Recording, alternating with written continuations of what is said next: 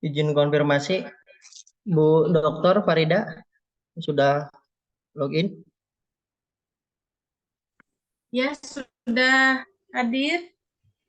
Maaf, Iya, ini backgroundnya alhamdulillah. karena ya, backgroundnya baru diterima barusan, jadi makanya backgroundnya seperti ini. Nggak apa-apa, Ibu. Nggak, nggak bagus ya ternyata tampilannya. Ya. Gimana, Bu Dokter? Apa kabar, Bu Dokter? Alhamdulillah baik. Gimana Mas Reksi sendiri semuanya? Assalamualaikum. Alhamdulillah. Ini hasil siswa UGJ lumayan banyak ini, Bu Dokter. Terima kasih. Oh iya, alhamdulillah. Ya, tapi saya sisanya cuma ke tingkat 1. Ya, terima kasih semuanya yang sudah berkenan hadir. Ini ada dari Pekanbaru. Ya, jadi sekedar informasi kemarin di pendaftaran sudah menyentuh 1.300 kurang Oh, lebihnya. iya. Mungkin ini masih ada yang sedang di jalan ataupun ada kendala teknis dari Iya. teman-teman. Sudah tergabung sekitar 383 untuk saat ini. Baru Wow. 10% ya.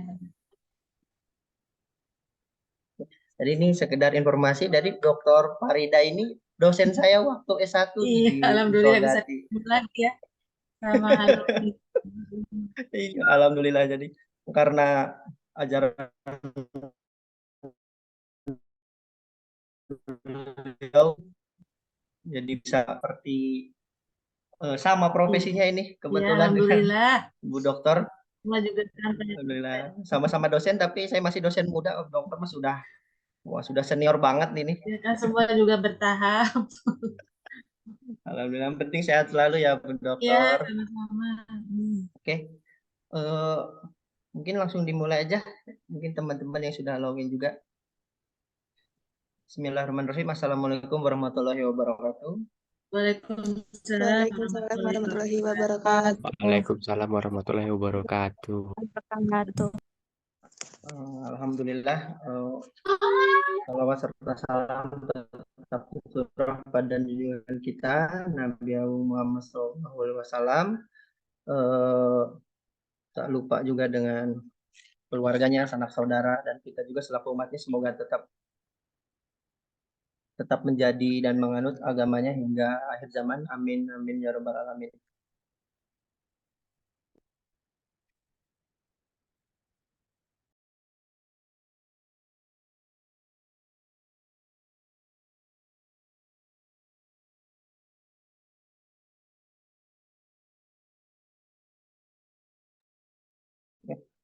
Kita, saya akan membuka webinar kali ini membacakan rundown acaranya. Yang pertama pembukaan, yang kedua menyanyikan lagu Indonesia Raya, yang ketiga mengenalkan Grand Design Kampus kami Poltek SCI, keempat perkenalan Dr. Farida pemateri kita hari ini, lalu kelima acara inti, keenam sesi tanya jawab, dan nanti di akhir sesi tanya jawab akan ada dua penanya terbaik. Nanti sistem pemilihannya bisa dari saya selaku moderator ataupun bisa dibantu secara langsung oleh pemateri kita, Bu Dr. Farida. Untuk mempersingkat waktu, kita beralih ke acara yang kedua, yaitu menyanyikan lagu Indonesia Raya.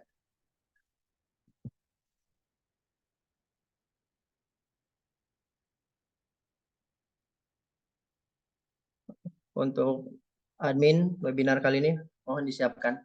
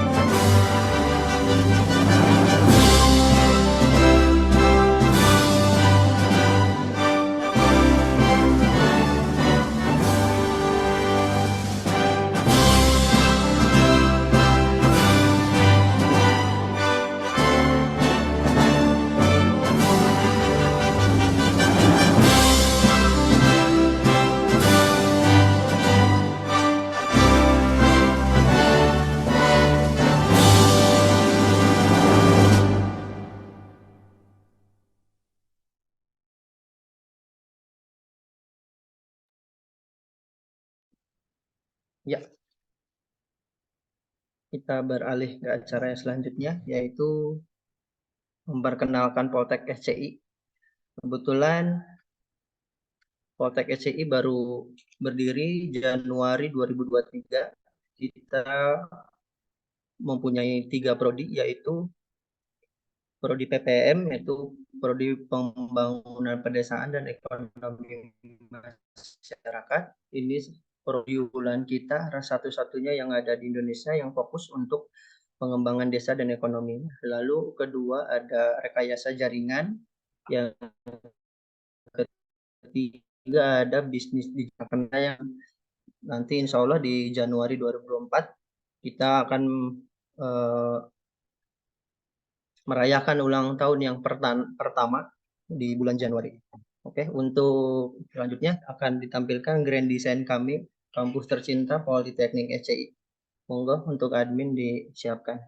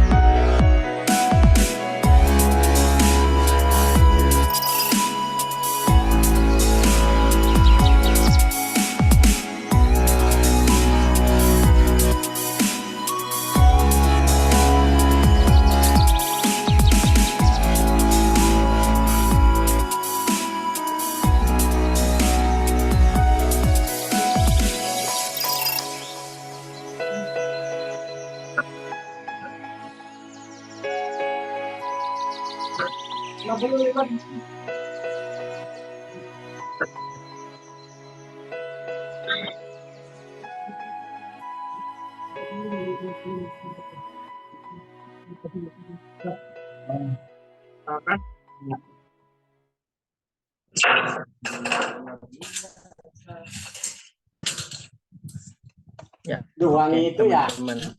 Tadi adalah grand design kampus. Alhamdulillah, update terakhir kita sudah proses pembangunan tahap 1, yaitu di area tadi bisnis area. Dan semoga bisa cepat terbangun, terrealisasikan biar peradaban baru untuk melanjutkan pencetak SDM unggul bisa kita laksanakan. Oke, untuk acara selanjutnya itu pembacaan CV dari pemateri kita hari ini, Dr. Farida. Mohon admin.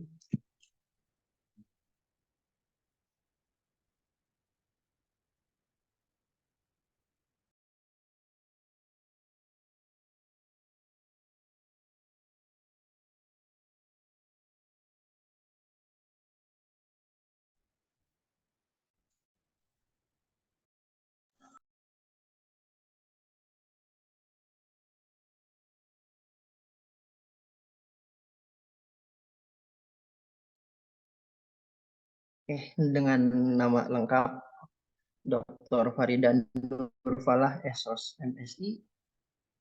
Jabatan fungsionalnya sudah lektor, NIDN 0404067501. Tempat tanggal lahir di Bandung, 4 Juni 1975. Fakultas Prodi saat ini mengajar di ISIP, Prodi Komunikasi. Alamat kantor di Jalan Terusan Pemuda nomor 1A Cirebon. Mata kuliah yang diampu saat ini yaitu perencanaan merek dan citra, kedua komunikasi sosial dan pembangunan, ketiga penulisan humas dan jurnalistik, keempat retorika dan teknik komunikasi, yang kelima etika dan profesi humas, dan keenam manajemen ilustrasi kehumasan. Riwayat pendidikan untuk program S1 di Universitas Islam Bandung, Prodi Ilmu Komunikasi, tahun masuk 1995. Waduh, ini saya baru lahir. Bu Dr. Farida sudah mulai kuliah. Tahun lulusnya 1999. Dengan mengambil konsentrasi judul skripsinya yaitu hubungan antara komunikasi persuasif dengan kecenderungan konsumen memilih. Lanjut ke S2 itu Institut Pertanian Bogor. Nah, bidang ilmunya komunikasi pembangunan, masuk 2005, lulus 2007. Konsentrasinya di tesis yaitu pengaruh tayangan sinetron religius terhadap perilaku beragama ibu rumah tangga. Pendidikan terakhir gelar doktor di Universitas Syahid Jakarta, bidang ilmunya ilmu komunikasi, masuk 2015, tahun lulus 2021, kedua tahun terakhir ya itu. Konsentrasi disertasinya itu model identitas diri remaja pengguna Instagram di kalangan mahasiswa UGJ Kota.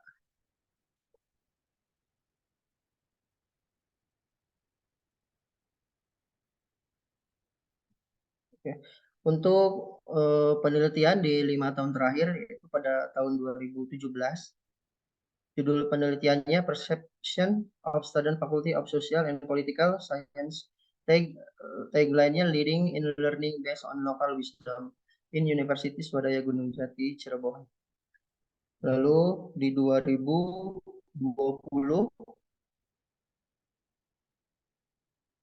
Student Self Identity Model on Social Media Instagram, Case of Swadaya Gunung Jati University, Cirebon West, Java, Indonesia.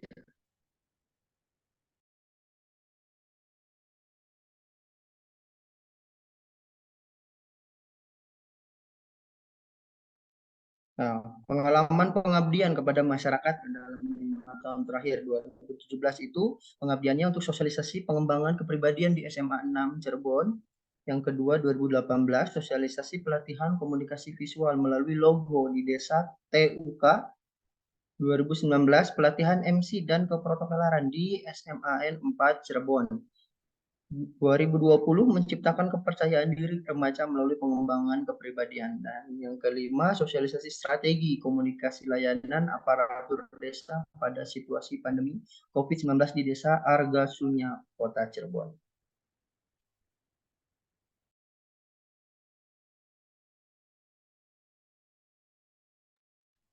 publikasi artikel dalam 5 tahun terakhir, yaitu strategi public relation dalam mendukung pemasaran pembangkit listrik nasional atau PLN.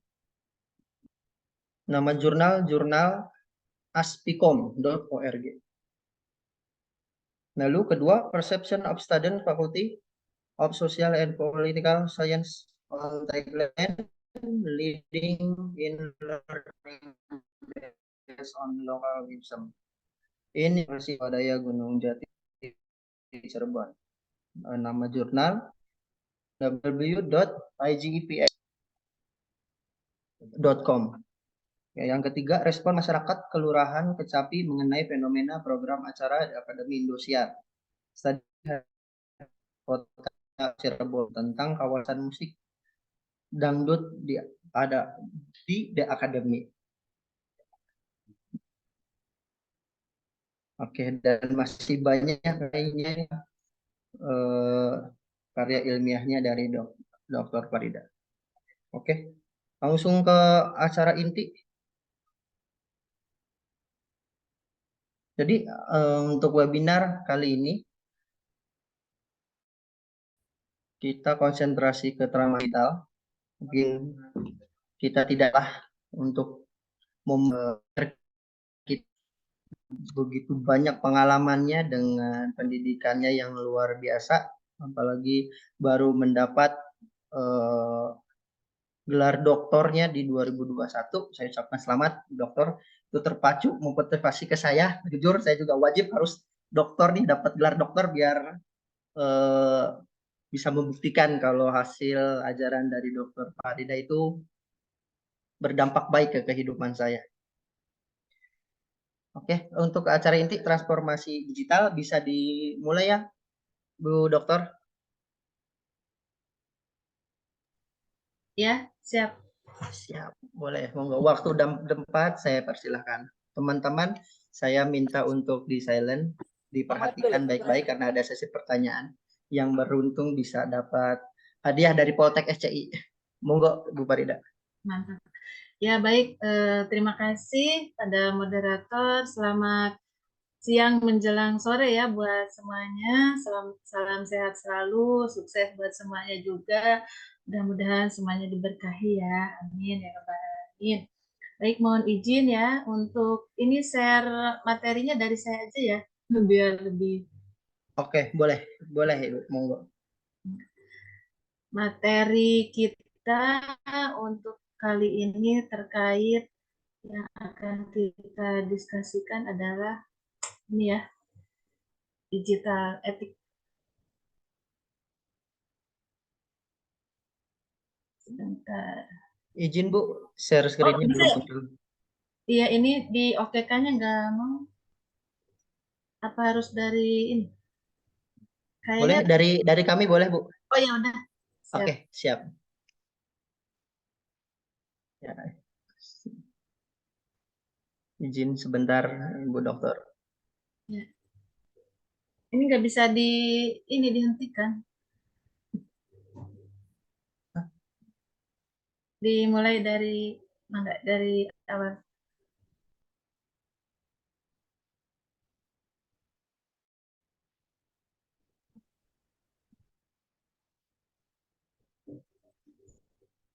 Ya, baik. Untuk materi kita sudah tampil ya di slide terkait digital etik ya untuk materi sekarang. Kenapa ada yang namanya digital etik ini adalah merupakan bagian ya dari empat pilar ya terkait dengan cakap digital. Untuk digital etik itu sendiri tentunya masuk ke dalam salah satu bagian yang ada di dalam digital, yaitu untuk slide pertama adalah terkait digital citizenship ya. Next. Bisa. Nah, ini. Nah, jadi slide yang ya, ini ya. Jadi untuk digital citizenship karena digital etik itu masuk ke dalam digital citizenship karena pada saat kita menggunakan internet dengan otomatis kita masuk ke dalam kewarganegaraan. Dalam hal ini adalah kewarganegaraan yang sama-sama kita menggunakan internet. Sehingga muncullah ada istilah digital citizenship. Nah, berikutnya setelah adanya digital citizenship ini, muncullah suatu fenomena untuk slide berikutnya. Muncullah suatu slide yang pertama, ya, muncullah suatu fenomena di dalam internet. Karena dengan kita mengadopsi yang namanya tadi internet, tentunya ada dampak positif maupun dampak negatifnya. Itulah yang menjadi fenomena pengguna internet atau digital citizenship ini, dampaknya kepada masyarakat. Nah, dengan ragamnya informasi yang didapat, sehingga tadi kalau dampak positif itulah yang diharapkan, tetapi mau tidak mau kita pada saat kita mengadopsi suatu inovasi itu tentunya tidak hanya didapatkannya hal-hal yang positif, tetapi juga bisa jadi kita mendapatkannya hal-hal yang negatif. Dalam hal ini misalnya konten-konten yang memang marak ya, berita hoax dan lain sebagainya. Nah, oleh karena itu terkait digital etik ini kita memerlukan pengetahuan ataupun kita lebih bijak dalam menggunakannya. Next, berikutnya. Karena apa? Nah, di sini terkait fenomena dalam penggunaan internet itu kita seolah-olah kita merasa mudah dalam berkomunikasi melalui internet dengan siapapun tanpa terhalang dengan situasi ataupun juga kondisi bahkan lokasi yang seperti saat sekarang tadi saya juga melihat ternyata alhamdulillah juga ya ada dari Rio dan lain sebagainya.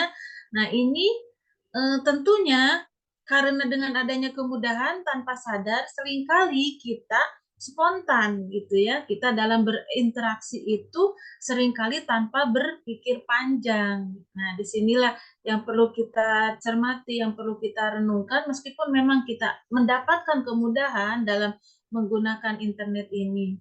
Bahkan sekarang mulai tergeser nih, ada ungkapan saya berbicara, maka saya ada gitu kan.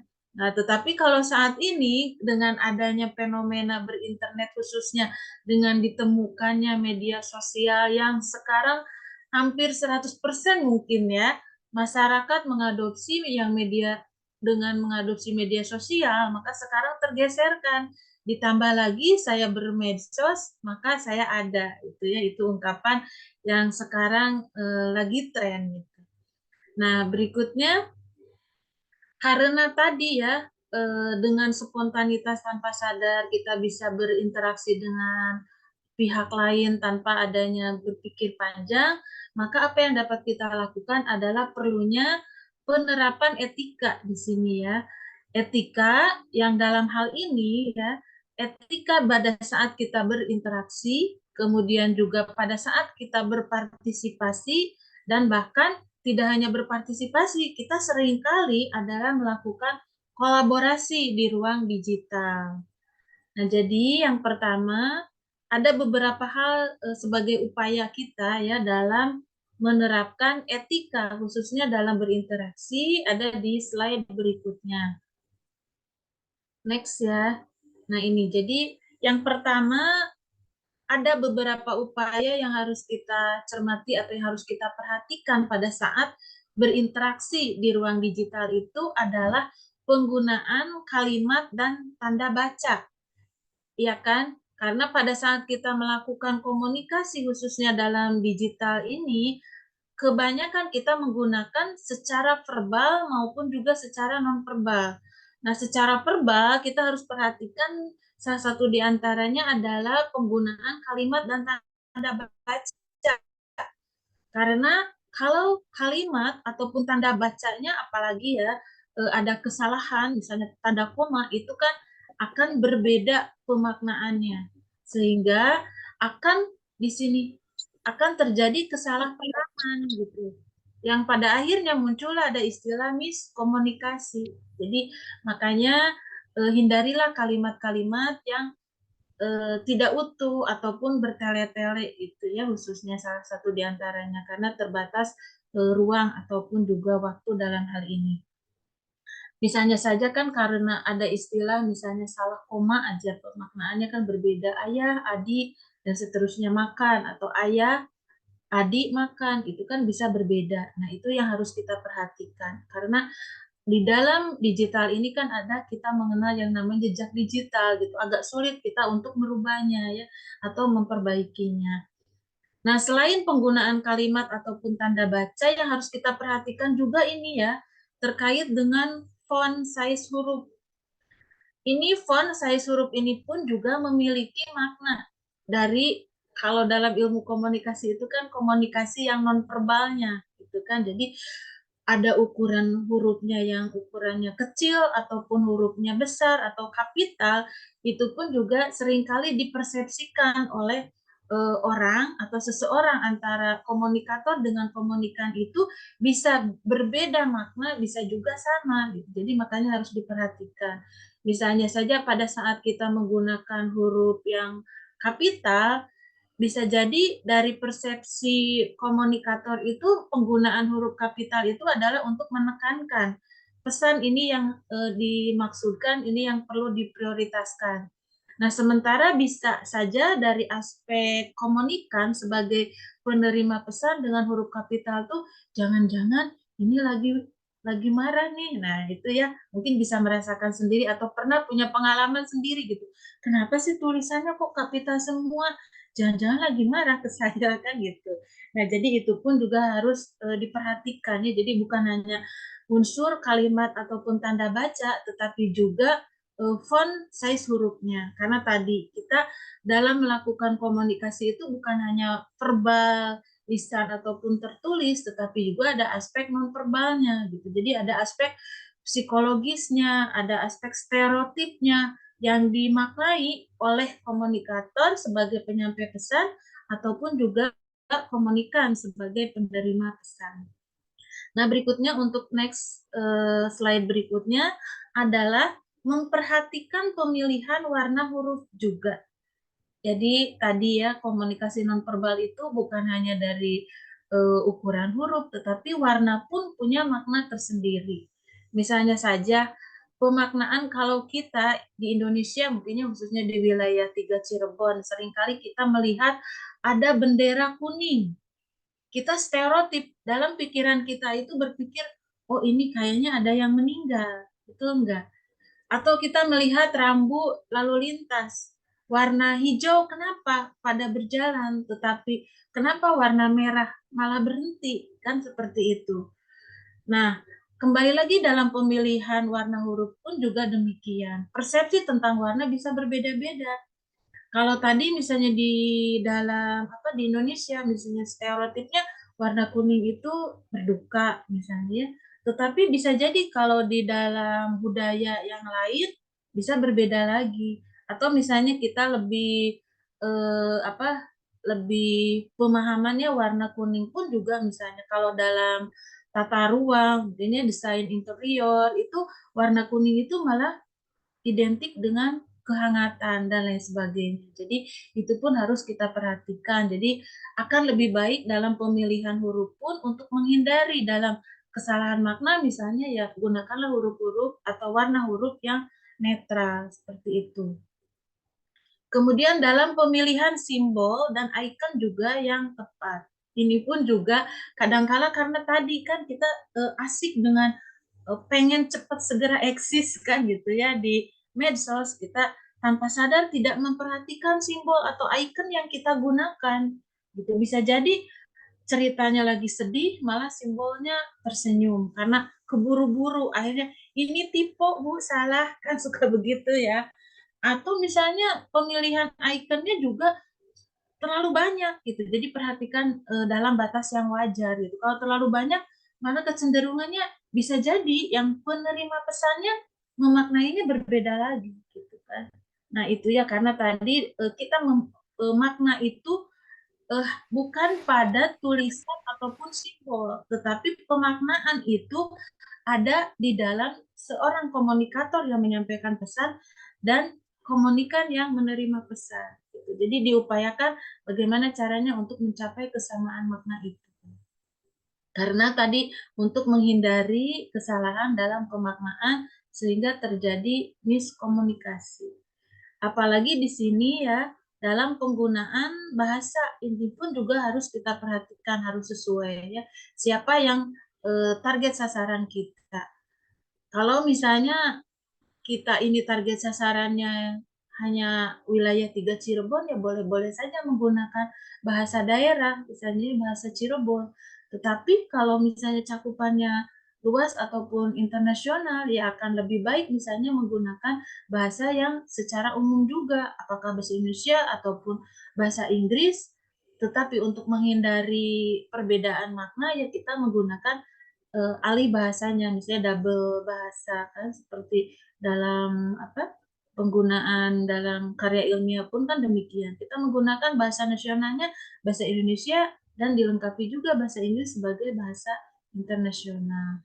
Itu salah satu di antaranya. Kemudian next untuk berikutnya adalah dalam memberikan informasi harus memiliki referensi yang jelas juga.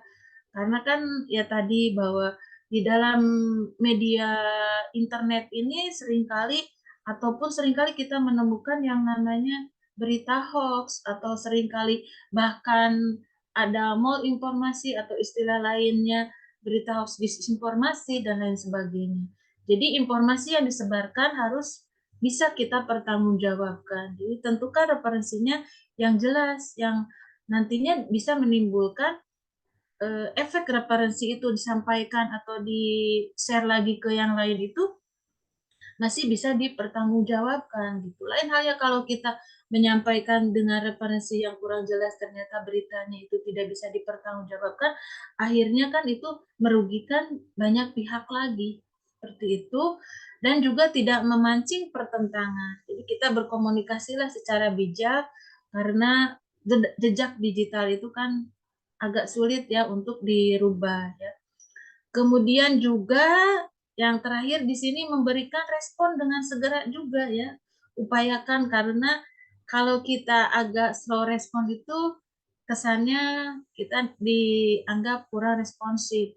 Apalagi yang namanya kita menggunakan media sosial ya khususnya ya dalam penggunaan media sosial kita contohkannya itu satu hari itu kan bisa jadi kita menerima pesan beratus-ratus ya belum ada yang terjawab. Di satu sisi pada saat kita menerima pesan, kemudian ada teman kita di hadapan kita ngobrol lagi, akhirnya jadinya lupa menjawabnya. Dianggapnya tidak menjawab, dianggapnya marah, dan lain sebagainya. Itu juga yang harus kita perhatikan dalam kaitannya digital etik ini.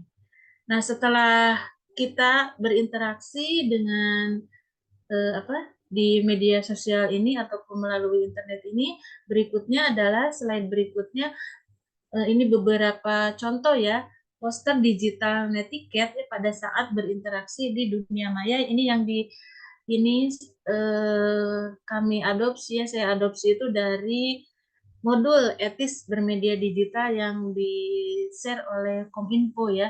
Jadi ada beberapa contoh, misalnya di sini ada 10 netiquette dalam berinteraksi di dunia maya atau etika berinteraksi di media sosial. Salah satu di antaranya telah dipaparkan tadi. Next, selanjutnya. Ini juga ada ya beberapa format yang diambil dari buku digital etik atau modul digital etik. Nah, berikutnya setelah kita berinteraksi di dunia maya, yang kedua adalah bagaimana kita berpartisipasi dalam membangun relasi sosial. Ini pun juga kita seringkali kita lakukan, bahkan bisa jadi setiap hari kita lakukan ya. Bisa jadi dari pagi sampai malam gitu. Sampai 10 jam apa 15 jam itu bisa kita lihat ya di dalam summary kan gitu. Berapa lama kita menggunakan media sosial ataupun internet dan lain sebagainya. Ini berpartisipasi membangun relasi sosial di sini adalah salah satu di antaranya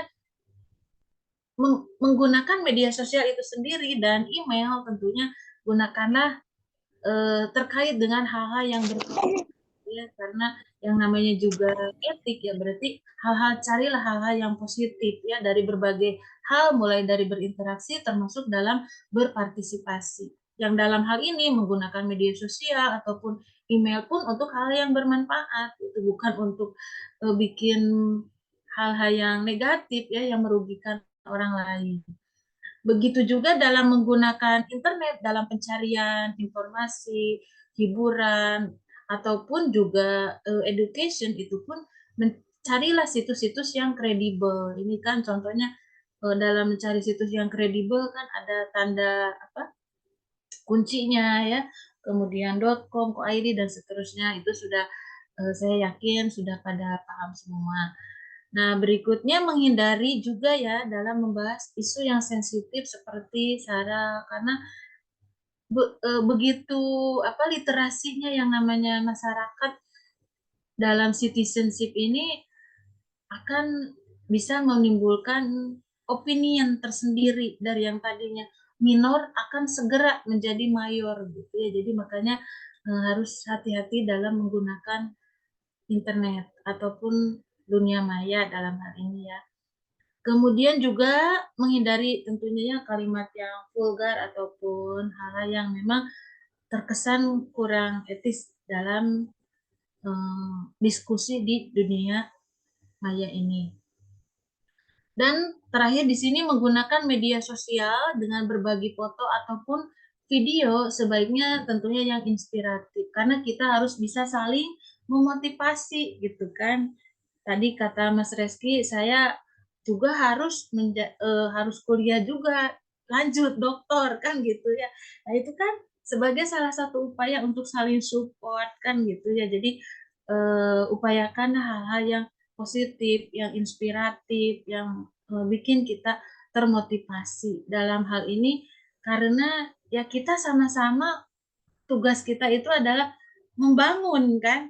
Membangun itu bukan tugas pemerintah saja, tetapi harus bisa juga membangun diri sendiri. Khususnya misalnya kita sebagai warga di dunia maya atau di internet atau di media sosial itu kan berarti kita bisa membangun diri sendiri terkait atau yang lebih terkenal saat ini adalah personal branding kita itu seperti apa. Karena tadi ada yang namanya jejak digital. Next berikutnya ini contoh dalam mengirim email kan. Jadi perhatikan kapan kita mengirim email. Kemudian dalam attach-nya juga kan ada keterbatasan. Apakah kita pakai dengan Google Drive dan lain sebagainya. Ini ada contohnya. Next berikutnya. Nah, berikutnya adalah terkait melakukan kolaborasi. Ini seringkali dilakukan bukan hanya anak muda ya, ibu-ibu sosialita, bapak-bapak juga semuanya pasti tidak terlepas dari memberikan caption, memberikan like, hashtag, komen dan lain sebagainya. Jadi ini sudah stereotip semua masyarakat sudah mengadopsi ataupun melakukan kolaborasi ya di media massa. Jadi yang pertama pada saat kita memberikan caption tadi perlu adanya kehati-hatian semua juga ya. Jangan sampai ini pun juga pada saat kita memberikan gambar ataupun foto, video itu sebaiknya diberikan caption gitu. Karena apa? Karena yang namanya foto ataupun video itu punya beragam makna. Karena tadi kembali bahwa makna itu ada dalam pikiran kita, bukan dalam gambar ataupun dalam tulisan. Gitu. Jadi makanya akan lebih baik apabila kita memberikan caption. Caption itu adalah sebagai upaya menjelaskan. Misalnya gambar ini di mana, kapan, ataupun siapa gambarnya, dan seterusnya. Tetapi upayakanlah yang positif, inspiratif, ataupun membuat orang menjadi termotivasi. Begitu juga dalam engagement juga, kita pada saat memberikan like juga kan, itu sebagai upaya, tanpa sadar kita memberikan likes itu adalah memberikan motivasi juga kepada orang tersebut kan gitu ya. Ataupun bahkan kita juga termotivasi, aduh ini teman saya banyak likes-nya, berarti kapan saya dapat likes yang banyak gitu ya. Itu pun juga demikian ya. Ya sebaiknya memberikan sesuatu hal yang positif. Akhirnya kan termotivasi tadi, aduh saya harus bikin juga karena ini like-nya banyak sekali kan gitu. Itu pun tadi ya dalam menggunakan media maya ini mengupayakanlah hal-hal yang inspiratif ataupun yang motivatif gitu ya, bukan malah menimbulkan ujaran kebencian ataupun bikin seseorang yang pada akhirnya baper dan lain sebagainya. Nah, selain engagement adalah memberikan juga hashtag di sini ya. Jadi untuk menautkan informasi spesifik berkaitan dengan kolaboratif. Nah, ini luar biasa sekali ya dari pihak penyelenggara sampai peserta yang mendaftar itu sampai tadi 1.300 gitu ya, tapi ternyata yang memang begitulah kalau di pas pelaksanaannya yang hadir eh, sebagiannya atau bisa jadi mungkin tidak menerima emailnya mungkin ya, email akunnya atau mungkin masuk di spam dan lain sebagainya ya. Jadi gunakanlah hashtag yang memang ada kaitannya atau ada yang halnya yang serupa dan bisa memberikan motivasi. Jadi ada beberapa hashtag di media sosial gitu kan ya, untuk memberikan tadi ya inspirasi ataupun motivasi. Begitupun juga komen di sini, apalagi komen itu kan biasanya itu perwakilan dari personal gitu kan. Jadi upayakanlah hal-hal yang memang positif tadi ya, karena kita berbicara etik berarti munculkanlah hal yang positif bagi teman ataupun citizenship itu sendiri. Nah, selain komen, berikutnya adalah follow. Nah, ini juga nih follow. Follow lah atau subscribe lah teman, komunitas atau lembaga yang memang bisa tadi menambah pengetahuan ataupun juga kita memang butuh hiburan ya, tetapi yang memang harus kredibel gitu kan. Kalau terkait misalnya digital kan tadi ada relawan TIK, ada komunitas-komunitas yang lainnya. Dan juga feed ini juga yang mengirim pesan berupa kata-kata, foto ataupun video juga yang positif, inspiratif bagi orang lain. Next berikutnya. Nah, jadi kesimpulannya ya, ini terakhir, refleksi dari netiquette pada saat kita mulai dari berinteraksi, berpartisipasi, dan berkolaborasi itu yang pertama adalah terkait serunya ini ya. Terkait seru itu, apakah informasi itu merupakan sebuah fakta dari sumber yang terpercaya? Nah, berarti itu bisa kita menyikapinya. Kemudian kain, apakah informasi tersebut memberikan dampak bagi orang lain yang memberikan sesuatu hal yang baik? Kemudian unhurtful. Nah, di sini perlu kehati-hatian ya. Apakah informasi itu tidak menyakitkan bagi orang lain? Dan juga inspiring di sini. Jadi informasi tersebut bisa menginspirasi bagi orang lain dan tentunya yang terakhir adalah necessary. Jadi apakah informasi tersebut benar-benar kita butuhkan ataupun tidak. Jadi disitulah terkait tentang digital etik yang saat ini atau kali ini saya diskusikan.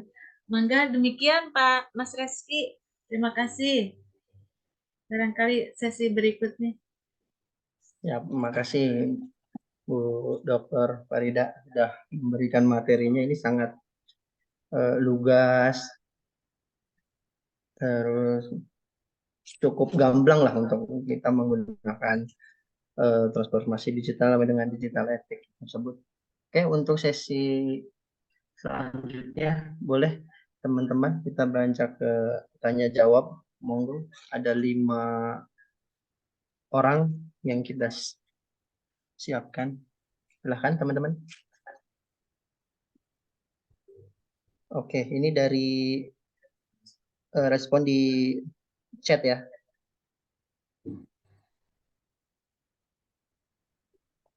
Oh, ini dari Bapak Mahadi Prasetyawan, betul ya Pak ya?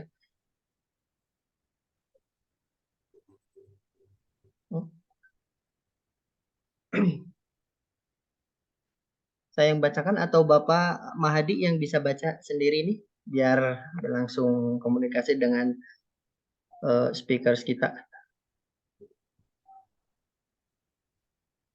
Pak Mahadi.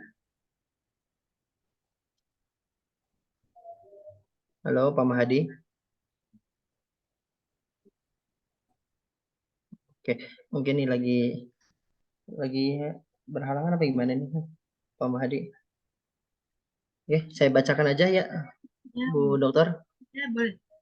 Salam kenal Bu Farida, saya Mahadi Prasetyawan. Saat ini pemerintah sudah banyak yang mengatakan untuk mewaspadai dan melawan konten negatif seperti provokasi, hoax, dan lain sebagainya. Pertanyaan saya, bagaimana sih cara melawan dan mengatasi konten negatif seperti provokasi dan berita hoax? Kedua, bagaimana langkah kita agar dapat terhindar dari konten negatif sehingga kita dapat disebut orang yang beretika dalam dunia digital? Yang ketiga, bagaimana mengedukasi orang yang lebih tua dari kita agar tidak terkesan menggurui, Bu? Monggo, Ada bisa pertanyaan langsung dijawab ya, Bu Dokter ya. banyak banget. Satu-satu. Ini lumayan kayak kita ngasih soal UTS ya, Bu Dokter ya. Soalnya satu tapi ABC-an banyak. Saya itu ngebacanya yang mana gitu. Boleh yang pertama dulu. Yang pertama tuh yang gimana? Pertanyaannya Bagaimana cara melawan dan mengatasi konten negatif seperti provokasi dan berita hoax? oh iya, cara melawan dan mengatasi. Dan mengatasi konten negatif seperti provokasi dan berita hoax. Iya. Nah, baik. Sebenarnya kan kalau untuk cara melawan ataupun upaya pemerintah sebenarnya kan sudah banyak ya dilakukan mulai dari undang-undang IT kan gitu. Kemudian juga mungkin salah satu di antaranya ini yang kita lakukan juga kan kegiatan yang dilakukan oleh Mas Reksi dan teman-teman ini juga salah satu upaya untuk menghindari berita hoax tersebut kan gitu. Karena di sini kita sebagai masyarakat itu mau diposisikan di mana kan. Kalau kitanya semakin banyak menyadari ataupun juga tadi dalam berliterasi itu lebih cerdas atau lebih cakap, ya dengan sendirinya insya Allah menyebarkan berita-berita itu dari aspek memperhatikan etik itu sendiri kalau menurut saya gitu. Jadi ini merupakan salah satu upaya juga mari kita sebarkan tadi ya, sebarkan kebaikan kepada masyarakat untuk saling tularkan gitu kan, sebarkan, tularkan gitu kan supaya tadi dalam berita hoax itu kita tidak ada istilahnya tuh kan kita sudah punya niat itu kan sudah baik gitu kan, ngapain kita memberikan berita hoax gitu. Jadi dengan kita melakukan diskusi ataupun juga terkait sosialisasi digital etik, digital safety dan lain sebagainya itu sebagai salah satu upaya untuk menciptakan kalau menurut saya ya untuk menciptakan konsep diri kita secara personal yang nanti bisa ditularkan ke yang lain menghindari tadi kita ada keinginan untuk menyebarkan berita hoax tersebut. Jadi kita akan lebih cerdas. Oh ini berita hoax karena oh kan saya pernah ikut seminar tentang digital safety. Kayaknya ini websitenya hoax deh. Oh, hoax kayaknya. Kan jadi akhirnya seperti itu. Dan tadi dengan kitanya seringkali ikut diskus dalam di cakap digital ini bisa jadi itu pun juga menjadi konsep diri ataupun prinsip kita menghindari penyebaran berita hoax tersebut. Karena sudah ada undang-undangnya juga. Kemudian juga kalau sekarang apakah tadi itu ada pertanyaan juga ya, nggak tahu yang dibaca atau yang ditanyakan juga sama pertanyaan yang pertama atau yang keduanya apa? Karena kan dapat apa? Dapat ini apa serangan, Bu. Ya, Serangan pertanyaan. Ini iya. yang kedua, bagaimana langkah kita agar dapat terhindar dari konten negatif sehingga kita dapat disebut orang yang beretika.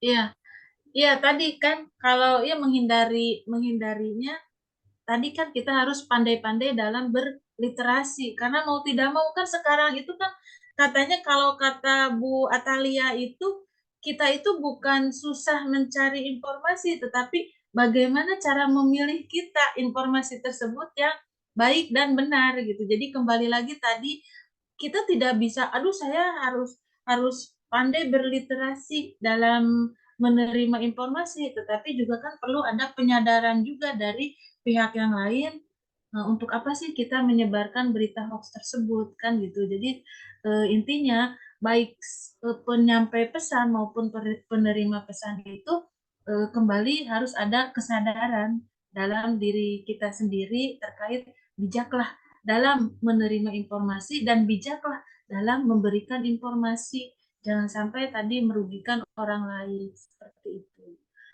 Yang ketiga, Yang terakhir itu bagaimana mengedukasi orang yang lebih tua dari kita agar tidak terkesan menggurui. Ini sedikit sensitif sekali ini pertanyaannya. iya, ya sama gitu kan. Jadi memang kalau yang lebih tua tuh ya tadi seringkali kan kita berpikir aduh nanti malah tersinggung kan gitu. Jadi akan lebih baik apabila penyampaiannya sambil ngobrol kalau menurut saya. Sambil ngobrol atau sambil dikasih makanan favoritnya gitu kan. Jadi sedikit-sedikit karena kan ya nggak bisa apa namanya sensitivitas khususnya orang tua itu apalagi ya. Apalagi gitu. Jadi ya kalau menurut saya lihatlah situasi dan kondisi kapan lagi senangnya gitu, kapan lagi santainya gitu, lagi good apa ya kan ada bad mood, ada yang lagi good mood gitu. Lihatlah situasi dan kondisi sehingga pesan kita tersampaikan. Ya, salah satu diantaranya lagi tersenyum, lagi sambil makan-makan, nyemil kan gitu, lagi jalan-jalan, lagi ngobrol di warung, di kafe dan seterusnya. Seperti itu kalau menurut saya Mas Reksi. Oke, untuk jawabannya lumayan ini cukup cukup mewakili ya mungkin karena memang pada dasarnya pada saat kita untuk melawan konten dan mengatasi konten negatif seperti provokasi kita juga harus cari tahu dulu ya Bu Dokter itu Ya, sumbernya dari mana apa betul apa tidak mengenai konten tersebut jangan asal ditelan mentah-mentah tanpa ada cross check dari si sumber tersebut. Oke, mungkin dari pertanyaan Pak Mahadi cukup terjawab dengan jelas. Selanjutnya Teh Lopa AM. Ada nggak Teh Lopa AM? Ada, Pak. Teteh atau AA ini Teh Lopa? Saya perempuan, Pak. On cam boleh Aduh, Kak? Pak, saya, Kak saya, Lopa? saya lagi nggak enak badan, Pak. Tapi saya terus denger kok. Apa nih? Halo, Pak. Kak Lopa, halo. Kedengeran Di nggak, saya Pak? suaranya kecil banget ini. Halo? kedengaran. Kedengeran. Bu Dokter kedengeran ya Bu Dokter? Iya, Oh, oke boleh. Kak Lopa nggak on cam nih. Kalau Pak Halo? ya, Halo? ya, kalau Pak monggo pertanyaannya. Saya izin bertanya, Bu. ya, Kita kan apa namanya tentang apa namanya buat perekonomian kita ya gini. Jadi bagaimana Bu peran terus juga tantangan karena Ibu kan sebagai apa namanya dosen gitu ya Bu. Jadi bagaimana menurut Ibu peran dan tantangan dari pemerintah ataupun badan penelitian dalam mengakselerasi transformasi digital ini untuk masyarakat dan ekonomi lokal? Itu satu, Bu. Terus yang kedua, yang kedua kan sekarang tuh AI ya Bu ya. iya. Kan AI itu kan kita pakai sekarang kita maknai untuk yang positif gitu. Mengapa penting untuk mengembangkan platform analitik untuk menggunakan Hilang-hilang kayaknya ya sepertinya. Ya ini kalau Pak mohon maaf Ya. suaranya hilang-hilang. Mohon diulangi. Halo,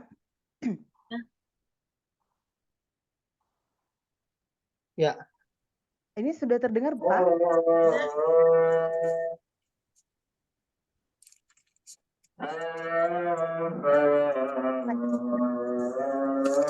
Ya, bagaimana peran dan tantangan dari pemerintah dan badan penelitian dalam mengakselerasi transformasi digital ini untuk masyarakat dan ekonomi lokal. Terus pertanyaan yang kedua, Pak, Bu, kenapa penting untuk mengembangkan platform analitik untuk menggunakan teknologi AI ini dalam proses transformasi digital? Terima kasih, Bapak, Ibu.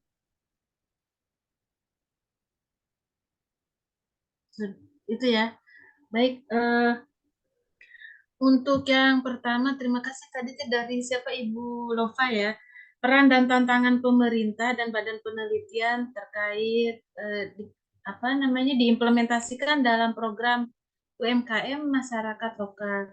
Nah, setahu saya, kebetulan saya juga kan di bagian UMKM juga di pengabdian pada masyarakat di asosiasi kami ya di ilmu komunikasi itu menurut saya mungkin bisa dijadikan referensi atau nanti kembali lagi pengalaman mungkin ini kalau dari Ibu Lova dari Jawa atau dari mana? Saya saya dari Riau, Ibu. Oh dari Riau. Oh iya iya. Kemarin saya pada dari Riau dari Pekanbaru. Nah di Cirebon, alhamdulillah ada dinasnya itu sangat peduli ya terhadap UMKM terkait dengan digital ini. Jadi dari yang tadinya kan di Disperindak apa di DKUKM-PP di Kota Cirebon ini menerapkan yang namanya atau ada sudah membuat mall UMKM. Nah, setelah adanya mall UMKM karena tadi bahwa sekarang itu harus berbasis digital ya, platform UMKM itu di situ ada upaya untuk membuat ini juga marketplace gitu. Nah, kemudian di Cirebon pun ada yang namanya semacam marketplace, tetapi khusus untuk wilayah lokal. Ada yang namanya Pasarmu. Nggak tahu nih apakah sampai nggak kalau ke Pekanbaru gitu. Jadi kalau menurut saya itu sebenarnya kan gini, kalau kita tidak menggunakan tadi jika tidak ada berarti maka saya dianggapnya tidak ada gitu. Jika saya ada maka dianggapnya saya ada. Jadi akan lebih baik ya kita mengikuti yang namanya perkembangan zaman, perkembangan teknologi, meskipun yang konvensional tidak kita hilangkan, tetapi akan lebih baik kita juga mengikutinya, karena selera masyarakat yang saat ini sekarang semuanya berbasis digital, gitu. Begitu juga pemerintah tadi salah satu diantaranya selain adanya apa adanya mall, ternyata ada upaya juga membuat atau berbasis digital melalui website ataupun juga upaya dalam bentuk marketplace. Kemudian mereka juga memberikan pelatihan-pelatihan, bukan hanya di kota, tetapi di dinas yang di kabupaten pun juga demikian gitu. Jadi bahkan dosen kami salah satu diantaranya bukan hanya satu, ada yang berhasil juga mendapatkan dana hibah ya terkait tadi kan ada apa tadi bukan hanya pemerintah tetapi juga badan penelitian. Ini pun juga alhamdulillah ada dengan bantuan dinas yang di kabupaten mendapatkan dana hibah PKN-nya. Kemudian di Kota Cirebon juga mendapatkan dana hibah dari matching fund. Jadi sepertinya kalau menurut saya mungkin kalau di Cirebon ini UMKM-nya ini sudah tercover dengan menggunakan menggunakan media di dunia maya kalau menurut saya gitu. Nah, kalau misalnya di Pekanbaru setahu saya belum paham ya apakah ada dinas atau macamnya apa gitu kan karena kalau tidak salah masuknya kategorinya gitu ya lupa kotanya tuh kemarin itu saya juga kunjungannya ke pemerintah, cuman kalau terkait dengan digital dan UMKM belum sampai ke sana karena fokusnya kami hanya sebagai tamu ya di salah satu untuk diskusi tentang ilmu komunikasi di sana. Ya, kalau setahu saya seperti itu dan akan lebih baik juga karena di dalamnya juga kami melakukan pendampingan juga, misalnya caranya dalam apa posting di marketplace ataupun juga tadi bahkan pasarmu di kota Cirebon ini sampai ke wilayah 3 Cirebon itu gratis untuk ongkirnya gitu.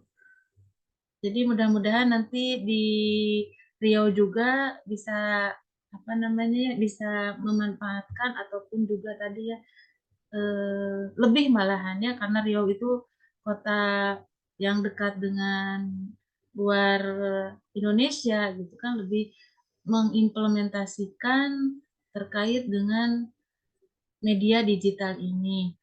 Dan mengapa mengembangkan melalui platform? Karena kan targetnya adalah bukan hanya target sasarannya adalah bukan lokal lagi gitu, tetapi juga secara nasional bahkan internasional.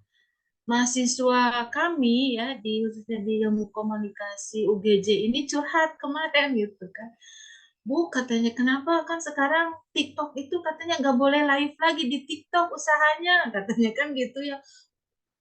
Padahal kan saya tuh katanya sering kali live TikTok tuh dapat uang, katanya dapat penghasilan.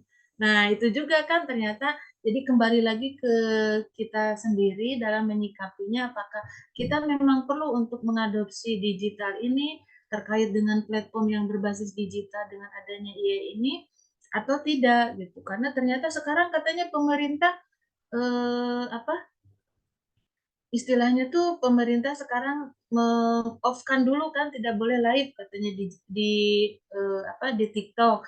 Nah, itu juga kalau kalau kata saya itu coba diobservasi tadi diteliti, ditelusuri apakah memang betul atau tidak, mana yang mayor, mana yang minor. Apakah memang kita tadi jangan online lagi jualan apa di TikTok lagi gitu. Nah, tetapi kalau kalau menurut saya akan lebih baik kita melakukan survei gitu. Apakah memang benar dirugikan misalnya masyarakat yang memang UMKM-nya yang masih konvensional atau malah sebaliknya gitu kan. Jadi jangan melihat dari satu aspek, jangan melihat dari penjualnya, tetapi juga melihat juga dari yang menerimanya atau konsumennya atau sebaliknya.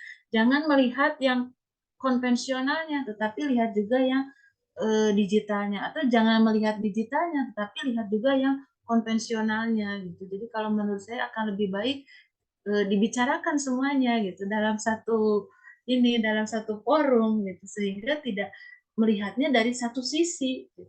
Karena kan tadi karakter masyarakat itu berbeda-beda, penggunanya berbeda-beda. Kemudian juga pemanfaatannya pun juga berbeda-beda. Mungkin seperti itu, Bu Lopa. Gimana? Ya, Kak Lopa, gimana jawabannya?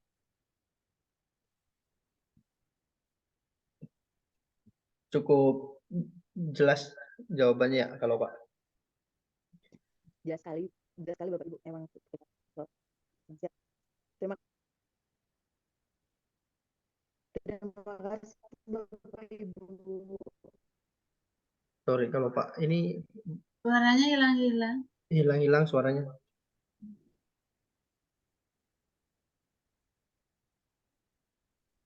Terima kasih Bapak Ibu sangat jelas. Oke. Oke, mungkin sudah cukup pertanyaannya sudah dijawab dengan jelas materi kita. Saya pindah ke kolom chat yaitu Teh Musdalifah. Halo, Teh Musdalifah. Ya, halo, A. Ya, boleh. Monggo Teh. Asal dari mana nih Teh? Saya asalnya dari Setiaprin, Palembang, Sumatera Selatan. Izin bertanya, bagaimana Mohon izin Teh. sih? Mohon izin untuk bisa on cam. Maaf, Pak, ini lagi di luar soalnya. Oh, oke. Ya, Pertanyaan monggo. saya, bagaimana cara menerapkan akselerasi di transformasi digital pada instansi yang masih secara manual. Itu saja. Terima kasih. Ya, baik. Pertanyaan dari Teteh ya, kalau orang Sunda sih Teteh, kalau dari Palembang Uni apa panggilannya apa ya? Kalau dari Palembang panggilannya Ayu. Oh Ayu ya, ya baik untuk Ayu ya. Kalau di sini malah Teh Ayu gitu karena di Jawa itu panggilannya Ayu. Iya, Ayu.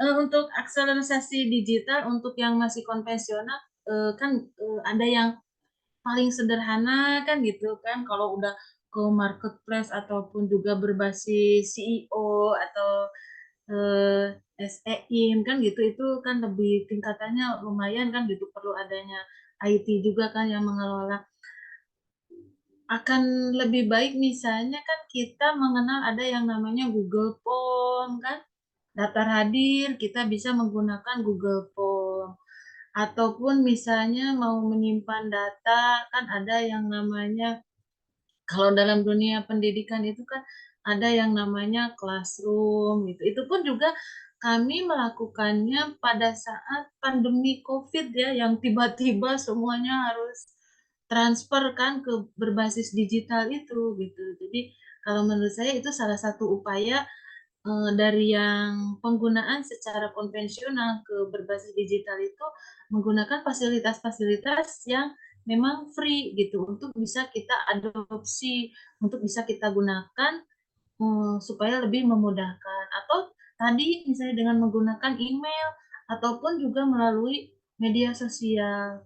Seperti itu kalau menurut saya. Ayo, ayo mus, ayo mus, gimana? Oh iya, terima kasih Bu. Bisa dimengerti. Sama-sama. Ya, oke. Terima kasih Teh Musdalifah. Boleh untuk Jonathan?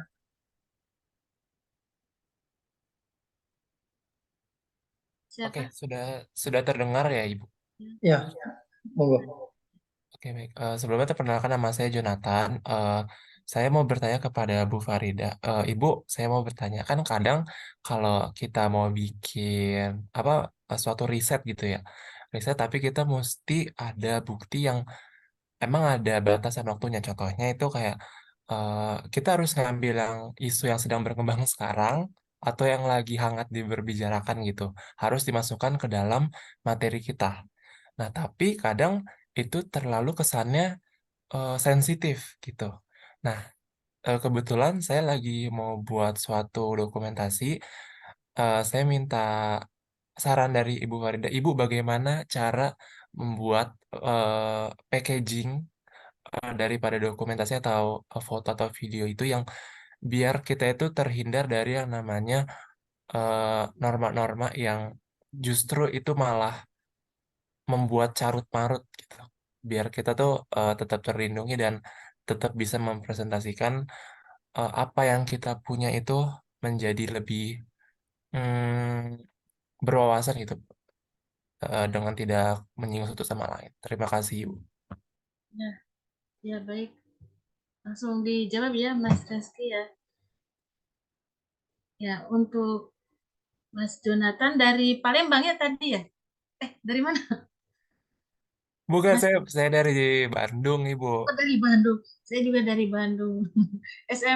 Dari universitas atau dari Iya, saya dari Politeknik Kesejahteraan Sosial.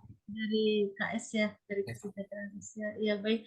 Nah, untuk packaging dalam video ataupun juga foto ataupun data akan lebih baik tadi kita menggunakan caption. Jadi caption itu berupa berita, penjelasan tentang apa pesan yang ingin atau yang ditampilkan tersebut, diberikan caption dan diberikan sumber sumber informasinya atau sumber datanya dari mana sehingga itu tidak dianggapnya kan kalau dalam penelitian itu plagiasi atau seperti apa.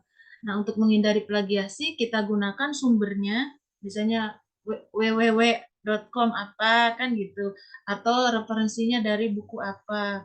Kemudian untuk menghindari pesannya tidak representatif, berikan penjelasan dalam bentuk caption. Caption itu kan bisa dalam bentuk video ataupun juga dalam bentuk foto cetak, itu kan bisa kita gunakan. Mungkin itu kalau menurut saya gitu. Jadi gunakan caption dan sumber informasinya dari mana. Tetapi tadi kan memperhatikan juga dari aspek gunakanlah hal-halnya istilah atau kata yang itu adalah yang umum gitu. Jadi tidak barangkali tadi ada yang unheartful, jadi ada yang tersakiti gitu ya, ada yang tersinggung dengan tulisan itu. Jadi gunakan aja kalimat yang singkat, yang umum, yang sekiranya itu bisa merepresentasikan, tetapi tidak apa namanya, tidak merugikan orang lain. Dengan cara tadi tulis aja sumber informasinya bahwa kita ya memang mengambil datanya dari sumber itu gitu kan. Jadi tidak dikatakan plagiasi seperti itu. Mungkin itu Mas Jonathan. AA. Oke, ya baik Ibu. Terima kasih atas jawaban dan itu bisa jadi masukan buat saya. Terima kasih Ibu. Ini kita beralih ke kolom chat dari Heri Frediono. Heri Frediono, boleh? Heri, halo. Oke, ini kayaknya nggak ada nih Heri. Mana? Oke. Bu Dokter, saya izin bacakan. Iya. Oke. Pertanyaannya. Assalamualaikum Bu, saya dari mahasiswa UGJ Fakultas Hukum Bu. Permisi Bu, saya mau tanya bagaimana Ibu melihat peran transformasi digital dalam media sosial, khususnya di platform YouTube dan Instagram, dalam menciptakan dan memengaruhi tren konten, serta bagaimana hal ini mempengaruhi cara kita mengkonsumsi informasi dan budaya digital.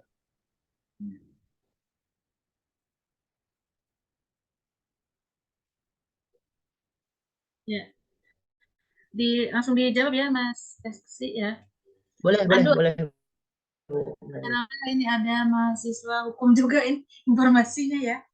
Dari mana nih informasi dari Fakultas Hukum? Semester berapa ya? Nggak tahu nih. Nah, untuk peran transformasi digital di media sosial, misalnya tadi kan di YouTube, memang sekarang itu khususnya bagi anak muda gitu kan, memang sudah tertransformasi ya dalam mengkonsumsi teknologi media, khususnya media digital. Jadi sekarang itu ya sangat berperan gitu, bahkan sekarang tergeserkan perannya televisi, perannya radio, perannya media surat kabar itu sekarang pada lari ke YouTube. Betul nggak sih? Iya kan? Jadi katanya aduh, televisi itu sekarang baik. Jadi kalau dilihat dari peran transformasinya memang sangat berperan karena tadi sudah mulai tergeserkan, anak-anak itu nontonnya bukan nonton di televisi lagi tetapi nonton di YouTube karena ada recordingnya kan, berita di televisi, berita di radio, bahkan sekarang juga kan radio juga sudah mulai ada berbasis digitalnya. Radio juga enggak dalam bentuk apa audio aja, tetapi di dalam RRI itu ya, stasiun RRI itu menyiarkan beritanya itu bisa kita lihat penyiarnya juga gitu. Jadi kalau berbicara tentang peran transformasi digital di media sosial khususnya YouTube itu sangat potensial gitu. Bahkan tadi seolah-olah jadi tergeserkan pola hidup masyarakat dalam mengkonsumsi tadi yang namanya televisi, yang namanya radio ataupun juga surat kabar itu tergeserkan dengan menonton di YouTube gitu. Itu kemudian apa tadi tuh yang informasi budaya. Nah, karena pola hidup masyarakat dalam mengkonsumsi teknologi ini yang sekarang sudah ditransformasikan ke digital. Nah, untuk memaintennya, ya, memainten budayanya ya akan lebih baik juga kita tetap sisipkan gitu.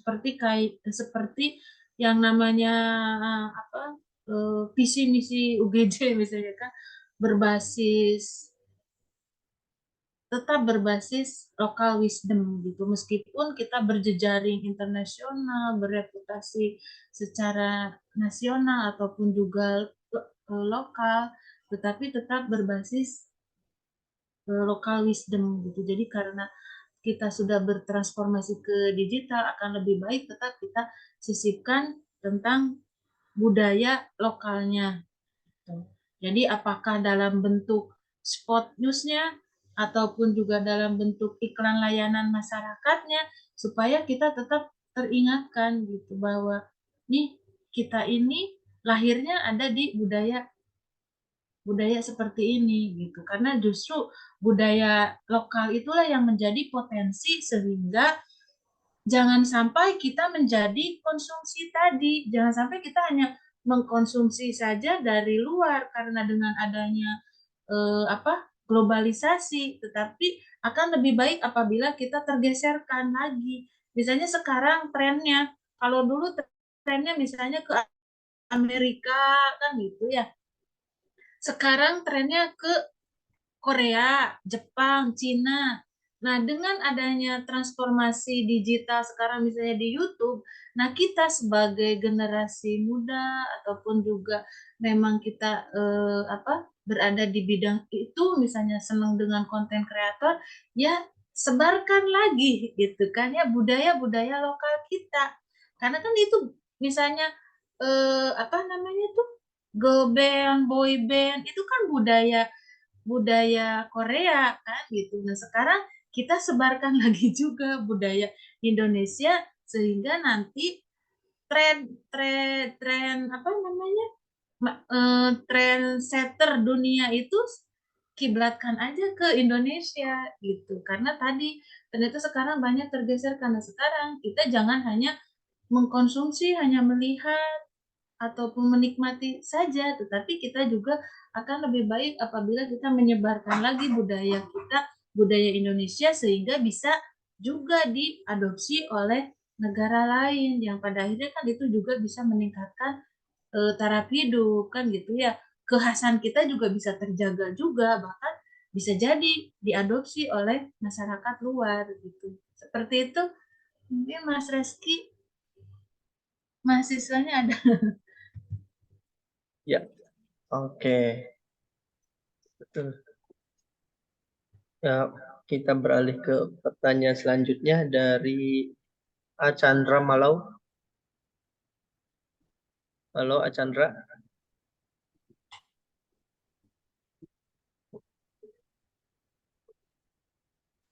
Halo Achandra. Kalau nggak ada, boleh ke Teh Yulia. Monggo. Sebelumnya terima kasih kepada Pak Reski. Assalamualaikum Bu Farida. Waalaikumsalam. Saya Yulia dari Unisnu Jepara ingin menanyakan beberapa poin. Yang pertama, bagaimana menurut Ibu tentang Indonesia yang dianggap sebagai negara yang paling ramah, tetapi juga dianggap sebagai negara dengan komentar netizen yang terpanas di dalam sosial media. Dan yang kedua, bagaimana caranya untuk memberikan sanksi sosial secara digital, mengingat banyaknya akun fake yang tersebar di sosial media sehingga sulit untuk mendeteksi siapa dan di mana orang tersebut. Untuk pertanyaan ketiga, bagaimana cara menghilangkan atau memperbaiki track record kita yang sudah terlanjur jelek atau sudah dicap sebagai orang yang tidak benar di jejak digital.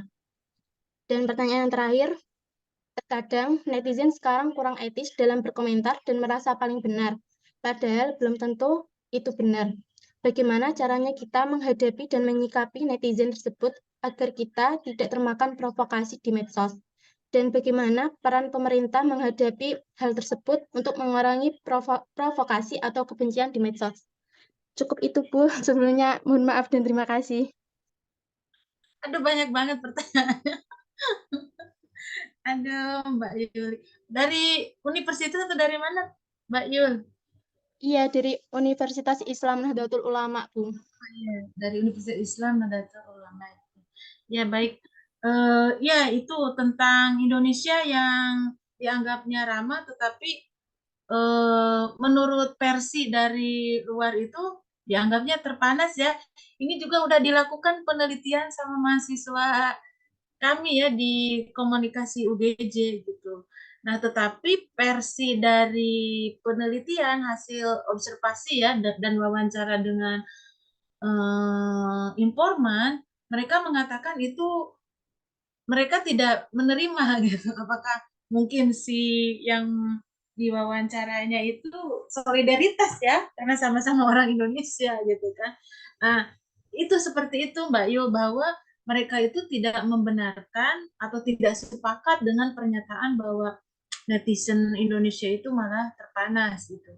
Nah, tetapi kemungkinan besar ya dugaan itu kenapa dari versi pihak luar itu menilai bahwa masyarakat netizen di apa ya di citizenship ini dianggapnya terpanas itu kemungkinan besar ya dugaan saya itu adalah karena ya tadi mereka itu senang untuk apa? Untuk menciptakan bahwa saya itu ada di medsos gitu. Jadi ingin menunjukkan bahwa ini saya tuh ada gitu. Ini saya tuh ikut eksis di medsos gitu. Nah, seperti itu dugaan saya. Tetapi berdasarkan hasil survei, observasi, penelitian, wawancara dengan beberapa informan mengatakan tidak ya, tidak seperti itu gitu. Karena menurut mereka itu masih dalam ya itu minoritas gitu, enggak semuanya. Hanya saja ini versi saya kan dengan bentuk kepedulian pemerintah gitu ya supaya lebih tertib dalam mengkonsumsi ataupun berselancar di media sosial ataupun media dunia maya ini diekspos ke apa diekspos ke masyarakat lagi sehingga akhirnya seolah-olah seperti oh iya benar masyarakat kita sangat antusias atau sangat panas tadi ya dalam tanda kutip ya sangat panas dalam berselancar di media sosial atau di dunia maya itu menurut saya. Jadi itu adalah sebagai salah satu justru dari bentuk kepedulian pemerintah itu kemudian direspon karena disebarluaskan pada akhirnya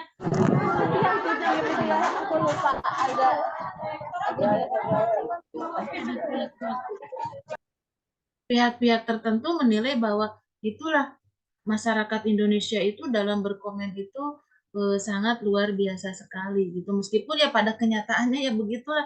Memang kan orang apa namanya itu di dalam beberapa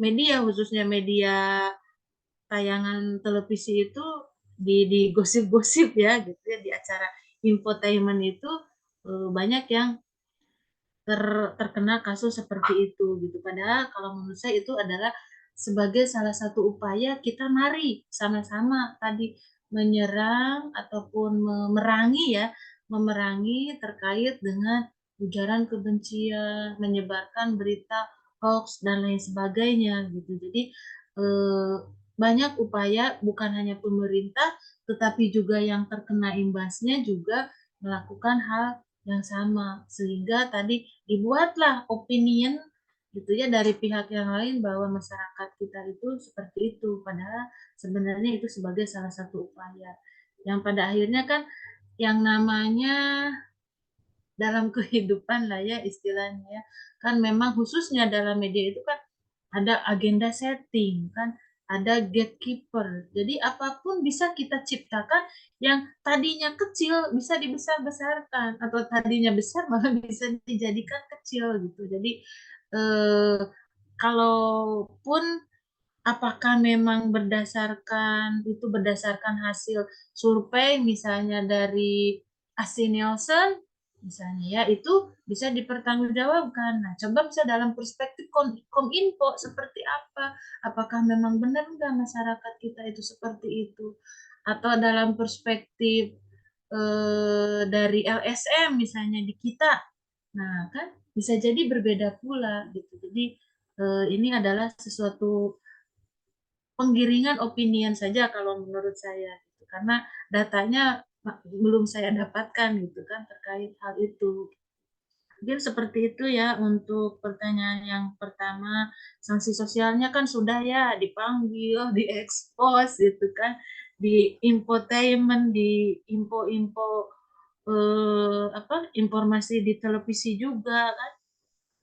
Bahkan juga muncul juga bisa jadi kan di-share juga di media sosial yang lainnya. Kemudian apabila kita bagaimana caranya menghilangkan trade record apabila kita trade recordnya di sebelumnya ya bersifat negatif. Ya memang jadi tadi media digital itu kan jejaknya agak sulit untuk dihilangkan. Bahkan dalam ilmu komunikasi pun juga demikian. Pada saat kita melakukan komunikasi, pesan yang sudah kita sampaikan itu tidak bisa dihilangkan gitu. Jadi komunikasi itu irreversible, jadi tidak bisa dihilangkan. Nah, tetapi kalaupun memang kita ada upaya, ya tentunya ya namanya juga manusia ya, kita sama-sama punya kesalahan, punya kekurangan ya, untuk eh, menggeser lah istilahnya ya, atau tadi mentransformasi jejak digital kita yang negatif, ya kita kembangkanlah di dalam jejak digital itu sesuatu hal yang positif dari kita gitu kan. Jadi buatlah ya dalam ilmu humas itu kan pencitraan gitu kan ya, pencitraan yang positif, misalnya kepedulian kita terhadap masyarakat, kepedulian kita terhadap tadi misalnya pemerintah ya. Selain itu juga kita bisa menciptakan bagaimana nilai human interest kita itu bisa kita expose gitu. Jadi kita jangan melihat dari sisi aspek negatifnya saja. Jadi kita munculkan gitu di media digital pun hal-hal eh, yang ada di dalam diri kita pun yang positif yang saat ini gitu. Jadi eh, dengan pendekatan secara human interest, pendekatan kita kepedulian terhadap pemerintah salah satu diantaranya, ataupun juga kepada masyarakat gitu, ataupun dengan prestasi kita kan, itu pun bisa ya tadi ya mengurangi jejak digital yang memang posisi kita di situ kurang positif ya di jejak digitalnya, karena walau bagaimanapun ya tadi ya memang apapun yang kita lakukan itu tidak bisa dihilangkan. Kemudian yang terakhir apa ya, peran pemerintah apa ya Mbak Yul? Teh Yuli, monggo diulang pertanyaan ketiga Teh Yuli. Ya, Pak. Terkadang netizen sekarang kurang etis dalam berkomentar dan merasa paling benar, padahal belum tentu itu benar. Bagaimana caranya kita menghadapi dan menyikapi netizen tersebut agar kita tidak termakan provokasi di medsos? Dan bagaimana peran pemerintah menghadapi hal tersebut untuk mengurangi kebencian atau provokasi di medsos? Gitu, Bu. Iya, iya, iya banyak banget ini pertanyaan, kayaknya ada 20 apa 10. Tapi global aja ya Mbak Yul. Ini kalau dari universitas itu pasti pertanyaannya banyak. Berarti dosennya juga kayaknya, aduh kalau ketemu Mbak Yuli, kuliah juga bertambah gitu ya waktunya. Iya kan tadi karena kalau kata Ibu ya ini mah eh, karena tadi bahwa anak generasi Z sekarang itu kan ingin menunjukkan eksistensinya mereka, pengen eksis kan. Kalau sudah ya bukannya ini ya bukan berarti gitu. Jadi kalau sudah berbicara yang negatif yang pada akhirnya minta maaf kan gitu ya dan seterusnya, karena kalau menurut Ibu tuh seperti itu gitu ya, motivasinya mereka itu mengeluarkan ya mereka merasa yang paling benar itu ya karena ingin menunjukkan identitasnya dia gitu, ingin menunjukkan eksistensinya dia di media sosial itu dengan cara yang berbeda gitu kan. Nah, tetapi kan itu hal yang kurang baik kan gitu ya, karena mereka tidak bisa ataupun belum merasa, aduh ini tanggung jawab saya, harus lebih bijak kan gitu ya dalam memanfaatkan media digital ini gitu. Ya, makanya tadi ya sebaiknya sama Mbak Yuli ya, sama Yulianya disenggol, dicolek gitu kan ya. Ayo dong lebih bijak lagi kan gitu ya. Apa yang kita sampaikan itu kan semuanya pada melihat. Jangan sampai ya kita hanya inginnya tebar pesona gitu ya, tebar pesonanya tentang hal-hal yang kurang baik. Memang ada beberapa upaya yang dilakukan oleh anak muda sekarang itu kan ya dengan caranya sendiri gitu kan. Ya akan lebih baik lagi mungkin salah satu upayanya juga ya yang dilakukan itu dengan cara soft skill-nya, ya kan? Dengan cara soft skill-nya gitu. Bagaimana menciptakan soft skill pada anak muda sekarang gitu kan. Salah satu di antaranya soft skill itu ayo dong tanggung jawab gitu ya dengan diri sendiri gitu. Jangan sampai mengabaikan yang lain karena di oke lah kita bebas beropini kan di dunia maya, tetapi kan dengan kebebasan itu harus bebas yang bertanggung jawab kan. Karena di samping kita ada siapa, di depan kita ada siapa, apalagi nanti di belakang kita kan gitu. Di belakang kita ada anak, ada cucu misalnya kan. Aduh ini jejak digital orang tua kakek nenek saya begini kan gitu kan. Jadi upayakan ya tadi soft skillnya bahwa kita harus bisa bertanggung jawab bukan hanya untuk diri sendiri tetapi bagi yang lain juga.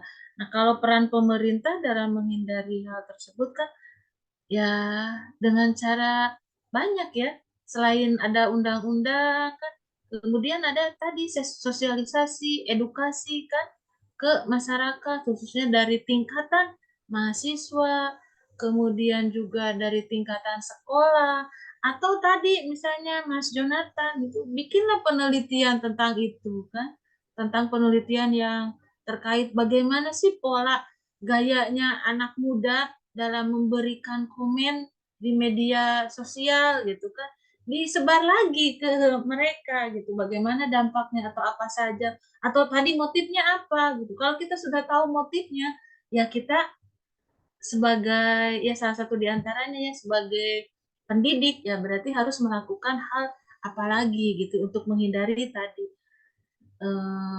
anak muda itu dalam berkomentar itu tidak mempertimbangkan etisnya. Ya seperti itu Teh Yul, Mbak Yul gitu. Ya, jadi upayanya harus dari berbagai pihak ya. Mulai dari diri sendiri, pemerintah, masyarakat, termasuk dunia pendidikan atau dalam pembangunan itu semua terlibat semuanya ya. Pentaheli kan seperti itu. Seperti itu Teh Yul, Mbak Yul, Mbak Yulia. Terima kasih banyak, Bu. Ya, oke. Makasih Teh Yulia. Ini pertanyaan terakhir, Bu Dokter. Ya, Masih sanggup, Bu Dokter? Masih sanggup? ya. Untuk pertanyaan terakhir, monggo dari Josafat Immanuel. Ya. Izin volumenya Kak Josafat. Terlalu Suaranya. kecil.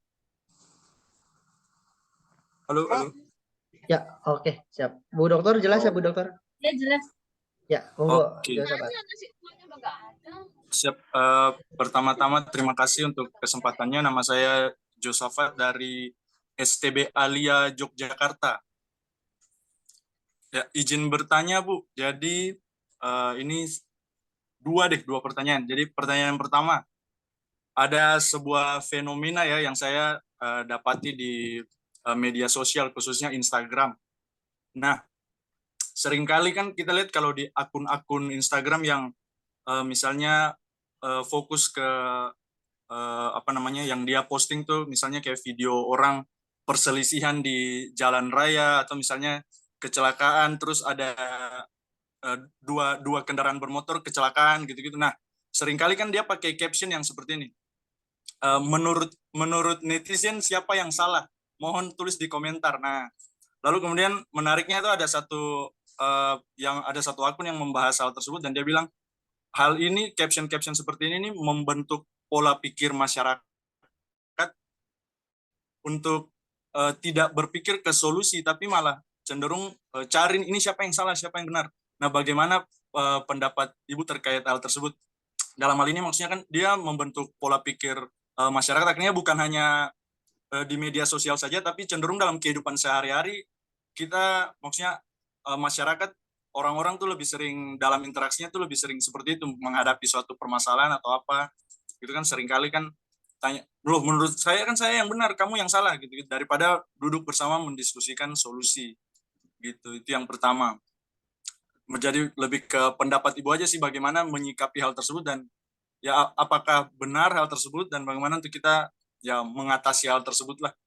Kira-kira seperti itu, Bu. Lalu pertanyaan yang kedua lebih ke bagaimana sih, Bu, peran kita sebagai mahasiswa atau juga mungkin sebagai masyarakat umum lah ya untuk menyikapi yang seperti tadi itu ketika ada sebuah postingan di media sosial lalu tidak dicermati baik-baik, tidak dicerna, tapi sudah langsung ada orang-orang tertentu yang dengan cepat memberikan komentar yang masih separuh kebenaran lah isinya. Jadi dia belum sebetulnya paham nih isi postingannya ini apa, tapi sudah langsung memberikan komentar atau tanggapan yang kadangkala berkebalikan dengan fakta sebenarnya. Itu apa yang bisa kita lakukan sebagai orang awam? Jadi kan tadi kan lebih sering ke pertanyaannya kan ini peran pemerintah seperti apa. Nah itu kalau boleh saya tahu tuh kira-kira kita sebagai yang awam nih bagaimana supaya kita bisa mungkin pemerintah tidak bisa kesulitan menjangkau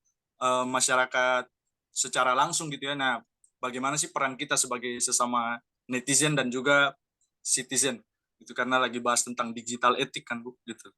Terima kasih, Bu, sekian. Ya pertanyaannya menarik banget ya. Bikin bingung saya juga jawabnya. Ya Mas Yosep ya. Mas Yosafat Immanuel ya. Nah, ini tentang kalau kita berbicara tentang tadi ya ada gambar video kan, terus ada captionnya ini siapa salah atau yang benar. Sebenarnya kan itu tugasnya polisi kan. Tapi kita yang disuruh ini ya mencari kebenaran. Nah, itu juga sebenarnya sih sama ya dengan jawaban untuk Mbak Yulia tadi gitu. Karena memang semuanya itu masyarakat itu kalau tadi kan dari versi bisa jadi mahasiswa ataupun masyarakat yang sudah lebih dewasa ya daripada mahasiswa ataupun anak sekolahan gitu kan. Tetapi ini juga ternyata masih seringkali kita dihadapkan apalagi tadi ya dalam bentuk video gitu kan. Seolah-olah kita disuruh mencari siapa nih yang salah gitu. Padahal sebenarnya tadi kalau yang namanya video terkait dengan kriminal kan gitu ya. Kalau dalam etika jurnalistik itu kan apalagi misalnya ada yang kecelakaan atau ada yang lukanya diekspos itu sebenarnya kan tidak boleh. Harusnya kan itu disamarkan gitu. Dari aspek dalam mengambil video pun juga itu harus ada kode etiknya, harus ada kehati-hatian tadi. Yang berdarah-darah itu seharusnya kan disamarkan. Atau misalnya orangnya ini yang mana yang salah, apalagi itu gitu kan. Itu kan menjaga nama baik merekanya seperti apa kan? Harusnya kan itu belum tentu dua-duanya salah misalnya kan. Atau padahal itu hanya rekayasa dibuat video atau lagi syuting kan atau lagi apa. Nah, itu juga kalau dari kode etik jurnalistik pun ada cara-caranya gitu kan ya tadi salah satunya harus disamarkan gitu kan. Nah, sebagai masyarakat, aduh ini gimana? Kenapa harus seperti itu? Ya udah diabaikan aja. Nggak usah dijawab. Kalau dijawab nanti malah salah. Kitanya malah terkena. Kitanya malah jadi saksi. Seperti itu kan. Betul nggak Mas Yusuf? Kalau kata saya gitu, mendingan udah aja nggak usah direspon. Karena nanti malah kitanya salah. Karena dalam mendokumentasikannya tadi, yang kriminal apalagi, ataupun juga yang terkena musibah itu apalagi, itu kalau dalam kode etik jurnalistik itu kan harusnya disamakan. Terus kita komen di situ, nanti malah kita jadi saksi kan gitu. Jadi mendingan kalau menurut saya ya abaikan saja gitu. Karena itu belum tentu kebenarannya gitu. Dan itu kenapa harus bertanya ke kita juga kan gitu. Ya itu sih hanya orang-orang ya kita sesama kita, tetapi apabila yang didokumentasikan di situ keberatan, kan? Jadi diajukanlah jadi perbuatan yang tidak menyenangkan, ya kan? Perbuatan yang tidak menyenangkan, kenapa ada gambar saya di situ? Kemudian di komen kan? Akhirnya kita sendiri yang kena. Jadi daripada tadi kita ikut terkena misalnya ya, barangkali yang mudah-mudahan sih jangan sampai. Nanti malah kitanya diadukan dengan tadi perbuatan yang kurang menyenangkan. Padahal sebenarnya kita terperangkap lah gitu ya, memberikan komen. Dikiranya itu hanya iseng aja, hanya main-main gitu kan. Tapi kalau diseriuskan sama yang divideokan, bisa jadi juga kan. Jadi malah berdampak ke diri kita. Kalau menurut saya diabaikan saja. Kalau kita respon nanti pada seneng bikin video lagi seperti itu. Kemudian peran kita sebagai mahasiswa ataupun masyarakat umum, postingan yang tidak dicermati, ya seperti apa sebagai orang umum. Nah, ya sebagai masyarakat ya tadi kan dengan salah satu upayanya ya tadi bahwa kita itu ya harus sama-sama ya, kita ini kan harus bertanggung jawab secara bersama-sama. Kita sebagai penikmat kita juga harus cerdas ya dalam meliterasi apa yang kita terima informasi tersebut, atau kitanya sebagai pelaku dalam memposting informasi di media sosial itu pun juga kita harus berpikir ulang dulu kan gitu ya, hati-hati dalam menyampaikan di media sosial tersebut. Dan pemerintah itu kan kalau ya namanya juga apa ya upaya gitu kan pasti bisa efektif ataupun bisa tidak karena berbeda karakter, berbeda kasus, berbeda permasalahan. Katanya kan sudah ada polisi apa medsos gitu kan, tapi nggak tahu nih sekarang nggak kedengeran lagi kan gitu. Jadi ya mudah-mudahan semakin banyak yang merasa perhatian terhadap digitalisasi ini, yang pada akhirnya kalau kita diposisikan sebagai berada dalam lingkungan pengambil kebijakan, ya lebih intens lagi. Kalau kita posisinya dalam posisi sebagai pelaku dalam menyampaikan informasi, ya lebih literasi lagi dalam memberikan informasi kalau kata saya. Jadi kunci yang utama adalah kesadaran dari kita masing-masing. Dalam artian kita sebagai masyarakat awam, kita harus cerdas dalam meliterasi media sosial ataupun juga atau media netizen ya, ataupun tadi dunia maya ya. Nah, kalaupun kita sebagai pemerintah ya berarti kita harus lebih intens lagi. Tapi kalau kata saya sih udah banyak ya upaya-upaya, kemudian juga sekarang banyak program-program yang tentang sosialisasi itu ya di beberapa wilayah pun misalnya relawan TIK ya yang ibu tahu ya, yang setahu ibu tuh sudah banyak gitu, sehingga tadi harapannya bisa menularkan rasa tanggung jawab itu kita sebagai komunikator ataupun kita sebagai penerima pesan gitu. Jadi kalau sebagai penerima pesan literasinya seperti apa pada saat menerima pesan, kalau kita sebagai penyampai pesan kita juga harus berliterasi dalam kehati-hatian memberikan pesan gitu. Yang tadi yang unhurtful, tidak menyakiti, yang memiliki nilai manfaat, kemudian yang baik kan gitu. Nah, kalau kita posisinya sebagai penerima pesan ya hati-hati cek situsnya yang bisa kredibel atau enggak kan gitu. Kemudian fotonya original atau tidak bisa dilihat juga kan di Google News atau ada tool Facts ataupun komunitas-komunitas yang memang peduli dalam literasi digital ini. Oke, seperti itu Pak Mas ya, Mas Yosap.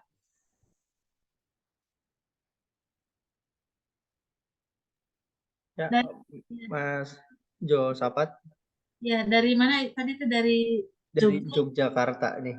Universitas juga ya Mas Sobat? Dari universitas dari mana Mas? Iya Bu, dari universitas, kebetulan dari sekolah tinggi sih, lebih tepatnya sekolah tinggi bahasa asing. Oh bahasa Oh, asing. Aduh bahasa asing apa nih? Gimana, Bu? Bahasa asingnya apa? Kebetulan bahasa Inggris, Ibu. Aduh, bahasa Inggris ya, pinter bahasa Inggris. Kalau orang Sunda susah hafalnya. Iya, iya betul. Ya, terima kasih eh, Bu Farida sudah memberikan materinya saat ini. Memang betul untuk di etika digital itu PR-nya itu ada di diri kita sendiri ya, Bu Dokter.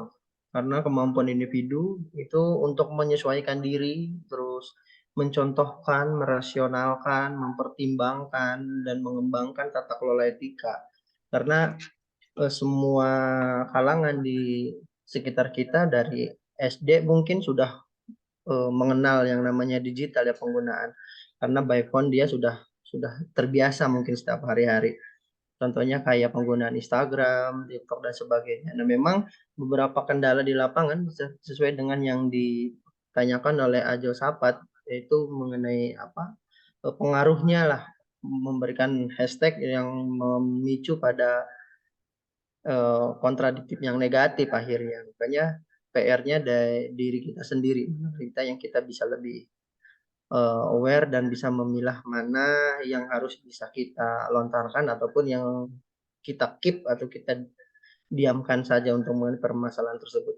Oke, eh, sesi ini kita tutup, Bu Dokter. Terima kasih. Eh, selanjutnya yaitu pengumuman 2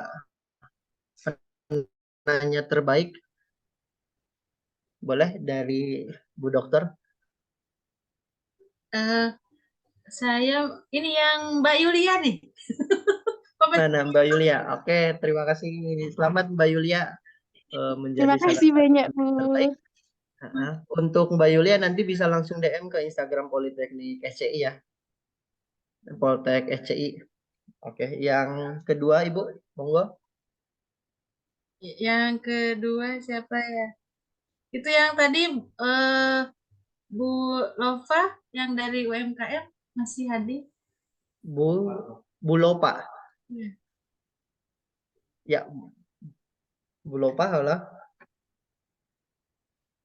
Ada nggak, masih join nggak? Ya, oke, itu sudah ada di chat. Untuk Kak Lopa nanti bisa langsung DM ke Instagram kami ya. Oke, terima kasih Bu. Kata penutup dari saya, terima kasih untuk sehat-sehat selalu Bu Dokter. Terima kasih untuk waktunya. Terima kasih mengenai materi hari ini. Semoga bisa bermanfaat untuk kita, untuk teman-teman. Untuk sesi terakhir yaitu dokumentasi. Mohon izin bisa on cam terlebih dahulu.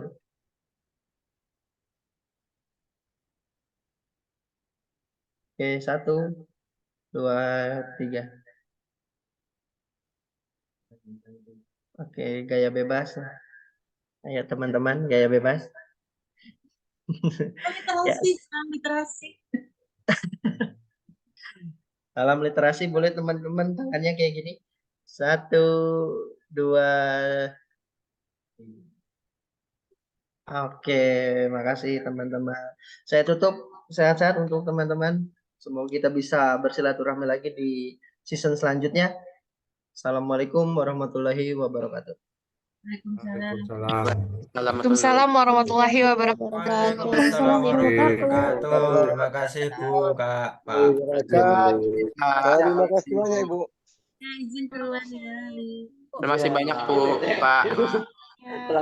Ya. Waalaikumsalam. Assalamualaikum.